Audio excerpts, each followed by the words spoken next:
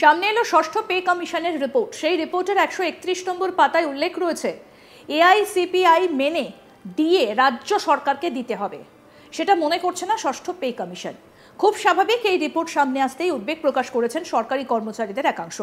কারণ 27 তারিখের মধ্যে বকেয়া ডিএর 25% ফেরত দেবার নির্দেশ দিয়েছিল দেশের শীর্ষ আদালত। আর তার বিজ্ঞপ্তি কিন্তু এখনো রাজ্য সরকার প্রকাশ করেনি।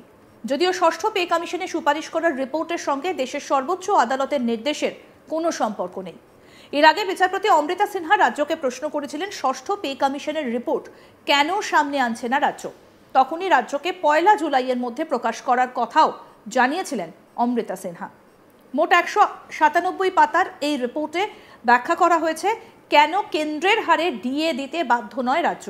সেখানেই 131 নম্বর পাতায় বলা হয়েছে আলোচ্য বিষয়গুলো বিবেচনা করে কমিশনের সুপারিশ সরকার সময়ে সময়ে রাজ্যের আর্থিক সামর্থ্য অনুযায়ী নির্ধারণ করতে পারে কতটা পরিমাণ মহার্ঘ ভাতা দেওয়া হবে রাজ্য সরকারি কর্মীদের।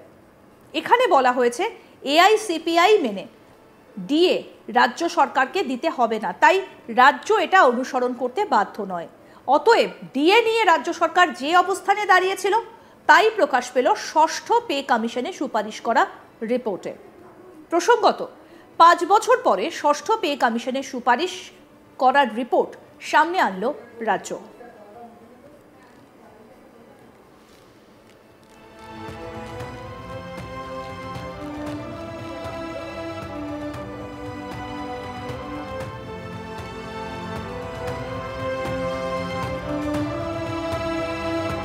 সামনে এলো ষষ্ঠ পে কমিশনের রিপোর্ট।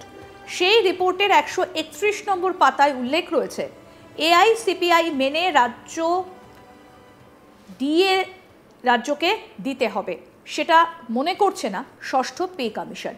খুব স্বাভাবিক, এই রিপোর্ট সামনে আসতেই উদ্বেগ প্রকাশ করেছেন সরকারি কর্মচারীদের একাংশ। কারণ 27 তারিখের মধ্যে বকেয়া ডিএর 25% ফেরত দেবার নির্দেশ দিয়েছিল দেশের শীর্ষ আদালত।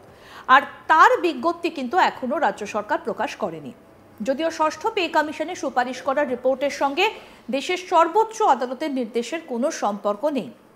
এর আগে বিচারপতি অমৃতা সিনহা রাজ্যকে প্রশ্ন করেছিলেন ষষ্ঠ পে কমিশনের রিপোর্ট কেন সামনে আনছে না রাজ্য, আর তখনই রাজ্যকে 1 জুলাইয়ের মধ্যে প্রকাশ করার কথাও জানিয়েছিলেন অমৃতা সিনহা। এই বিষয়ে আমার কলিগ সুজয় কি প্রতিবেদন তুলে ধরেছেন শোনাবো আপনাদের। অবশেষে কলকাতা হাইকোর্টের চাপে শেষ পর্যন্ত রাজ্য সরকার ষষ্ঠ পে কমিশনের রিপোর্ট তারা একেবারে সামনে নিয়ে এলো এবং নবান্নের তরফ থেকে আনুষ্ঠানিকভাবে ষষ্ঠ পে কমিশনের রিপোর্ট একেবারে সামনে এলো এবং রাজ্য সরকারের পক্ষ থেকে একটি বিজ্ঞপ্তি জারি করা হলো। কি আছে এই ষষ্ঠ পে কমিশনের রিপোর্টে? সেখানে স্পষ্ট যে রিপোর্ট প্রকাশ করেছে রাজ্য প্রশাসন, সেখানে বলেছে যে কেন্দ্রীয় হারে ডিএ দিতে রাজ্য সরকার একেবারেই কেন্দ্রীয় হারে ডিএ দিতে বাধ্য নয়, সেটা এই রিপোর্ট সামনে নিয়ে এসছে। আমরা দেখেছি যে ডিএ নিয়ে ইতিমধ্যেই একটা কিন্তু টালবাহানা শুরু হয়েছে। আমরা জানি যে সুপ্রিম কোর্ট, সেই সুপ্রিম কোর্টের তরফ থেকে একেবারে কড়া নির্দেশ কিন্তু দেয়া হয়েছে।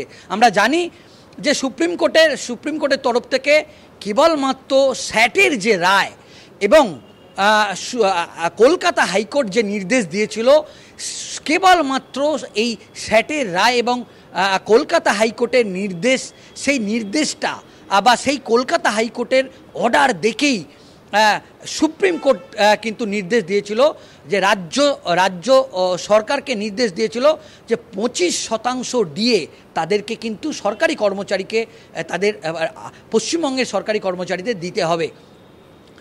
কিন্তু আমরা দেখলাম যে এখনো পর্যন্ত এই ডিএ সরকার দেবে কি দেবে না সেটা নিয়ে কিন্তু রাজ্যের সরকারি কর্মচারীদের মধ্যে বিধানসভা হোক, নবান্ন এবং জেলার ক্ষেত্রে আমরা যদি জেলার যে সমস্ত সরকারি কর্মচারী যে অফিসগুলো আছে, কান পাতলেই এই ডিএ নিয়ে কিন্তু চর্চা।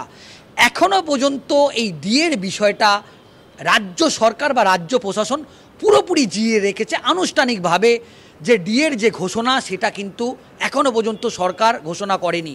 কিন্তু তার মধ্যে আমরা দেখেছিলাম যে কলকাতা হাইকোর্টের বিচারপতি অমৃতা সিনহা তিনি কড়া একটা নির্দেশ দিয়েছিলেন যে 1 জুলাইয়ের মধ্যে ষষ্ঠ পে কমিশনের রিপোর্ট রাজ্য সরকারকে সামনে আনতে হবে। ঠিক 1 জুলাইয়ের কিছুদিন আগেই আমরা জানি গতকালই রাজ্য সরকার এই ষষ্ঠ পে কমিশনের একটি রিপোর্ট আনুষ্ঠানিকভাবে বিজ্ঞপ্তি দিয়ে প্রকাশ করেছে। সেই বিজ্ঞপ্তি দিয়ে সেখানে বলা হয়েছে সমস্ত সরকারি কর্মচারীদের তাদের একটা হিসেব, তারা কতটা তারা ডিএ পাবে বা কতটা তারা ডিএর বিষয়টা কতটা বাকি আছে সেই বিষয়ে সেই রিপোর্ট সামনে নিয়ে এসছে। সেখানে কিন্তু স্পষ্ট করা হয়েছে যে কেন্দ্রীয় সরকার যে হারে ডিএ দেয় সেই হারে রাজ্য সরকার সেই হারে ডিএ দিতে পারবে না, সেটাও যেরকমভাবে বলা হয়েছে। অন্যদিকে আমরা জানি যে সুপ্রিম কোর্টের যে নির্দেশ দিয়েছে সেই নির্দেশ যদি রাজ্য সরকার মানে তাহলে রাজ্যের কোষাগার থেকে 10,000 কোটি টাকা কিন্তু দিয়ে বাবদ সরকারি কর্মচারীদের দিতে হবে এবং রাজ্যের কোষাগার থেকে 10,000 কোটি টাকা খরচ করতে হবে। এবং এই মুহূর্তে কিন্তু একটা জোর জল্পনা চলছে যে কবে মুখ্যমন্ত্রী মমতা বন্দ্যোপাধ্যায় রাজ্য সরকার এই আনুষ্ঠানিকভাবে ষষ্ঠ পে কমিশনের যেরকমভাবে বিজ্ঞপ্তি ঘোষণা করেছে, কবে যে বর্ধিত যে ডিএ যেটা সুপ্রিম কোর্ট রায় দিয়েছে সেটা ঘোষণা করবে। এখন একেবারে জল্পনা চলছে এবং এটাও একটা জল্পনা চলছে যে মুখ্যমন্ত্রী মমতা বন্দ্যোপাধ্যায় দীঘায় জগন্নাথ মন্দিরে যে রথ সেই রথ টানবে একটা শুভ দিন, সেখান থেকেই নাকি ঘোষণা করতে পারে, সেরকম একটা জল্পনা সরকারি কর্মচারী মহলে একেবারে পারদ চড়ছে।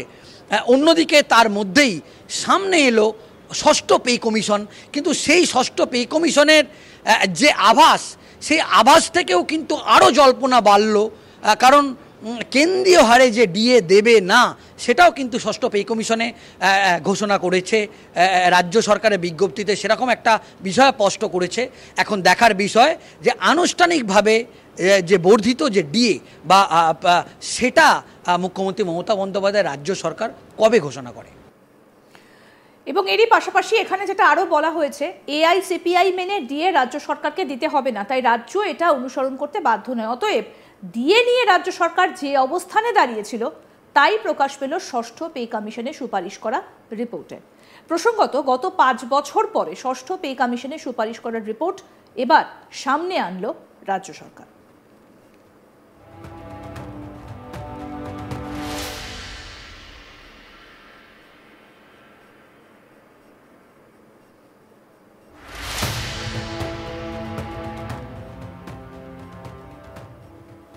আরও আপডেট পেতে দেখতে থাকুন আজ তাক বাংলা। সাবস্ক্রাইব করুন, নোটিফিকেশন পেতে বেল বাটন অপশন প্রেস করুন, হোয়াটসঅ্যাপে ফলো করুন আজ তাক বাংলা।